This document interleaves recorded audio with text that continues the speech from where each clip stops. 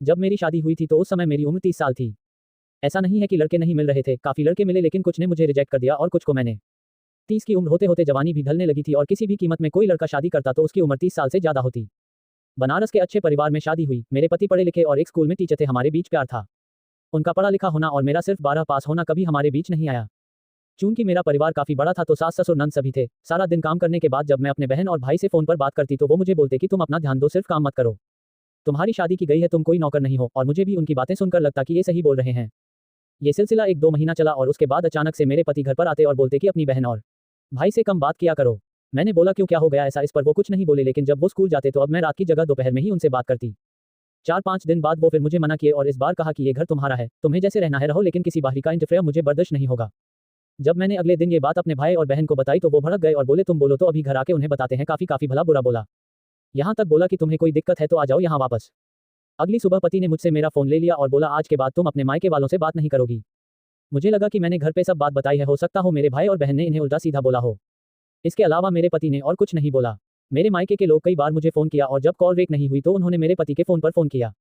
उन्होंने साफ मना कर दिया कि आप लोग थोड़ा कम कनेक्शन रखिए। इतने में अगले दिन मेरे घर के लोग मेरे ससुराल आते हैं और मेरे पति और घर वालों अपर चलाते हैं कि पहले तो किसी ने कुछ नहीं बोला। उसके बाद मेरे पति मेरा फोन लेके आते हैं और सारी बातें जो मेरी बहन से हुई और भाई से हुई सबके सामने रिकॉर्ड किया हुआ सबको सुनाते हैं। अब मुझे पता चला कि मेरे फोन में सारी बात रिकॉर्ड होती थी, जिसे सुनने के बाद मेरे पति मुझे बात करने के मना करते थे। बात और बढ़ गई, मेरी बहन ने मुझे घर चलने को कहा और बोला इन सबसे रिश्ता तोड़ लो।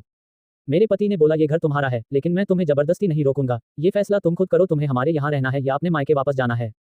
बस ये याद रखना, अगर यहाँ रहना है तो अपने मायके वालों से रिश्ता तोड़ना होगा, और अगर मायके जाना है तो मुझसे रिश्ता तोड़ना होगा। मेरे भाई ने बोला ऐसे परिवार में रहना जेल में बंद होने जैसा, तुम हमारे साथ चलो, इससे अच्छे घर तुम्हारी शादी होगी। मुझे भी लगा अभी सिर्फ 6 महीना हुआ और ये स्थिति है, आगे पता नहीं क्या हो। मैं अपनी बहन और भाई के साथ मायके वापस आ गई। कुछ समय बाद उन्होंने तलाक के लिए अर्जी दी। मैं अंदर से डर गई और सोचा एक बार फिर से मौका दिया जाए, लेकिन तभी मेरी बहनों ने मुझे मना कर दिया और तलाक के साथ ये मांग रखने को कहा कि शादी में लगे सारे गहने दें और जो पैसे खर्च हुए हैं वो दें। मेरे पति ने तुरंत हो शादी के सारे गहने दिए, साथ में एनगेम की रिंग भी लौटा दी और 2 सप्ताह में जितने पैसे खर्च हुए थे उससे ज्यादा लौटा दिए और तलाक का प्रोसेस शुरू हुआ और हमारा तलाक हो गया। उसके 2 साल बाद उनकी दूसरी शादी हो गई और वो अपनी जिंदगी में आगे बढ़ गए हैं। इस बात को हुए 10 साल का समय बीत गया और मेरी उम्र 40 साल हो गई है। मेरे पति ने कभी मुझसे ऊंची आवाज में बात नहीं की, ना ही किसी और चीज की कमी होने दी। आज पीछे मुड़कर देखती हूं तो लगता है कि मेरी बहन और मेरे भाई मुझे गलत बातें सिखाते थे। मेरे पति मुझसे बस ये उम्मीद रखते थे कि मैं घर तोड़ने का काम ना करूं। आखिरी बार भी उन्होंने मुझे ऑफर दिया था, लेकिन मैंने अपनी मूर्खता से उसे ठुकराकर उनके आत्मसम्मान को ठेस पहुंचा दी थी। तभी शादी के पैसे और गहने सब कुछ वो तुरंत वापस कर दिए।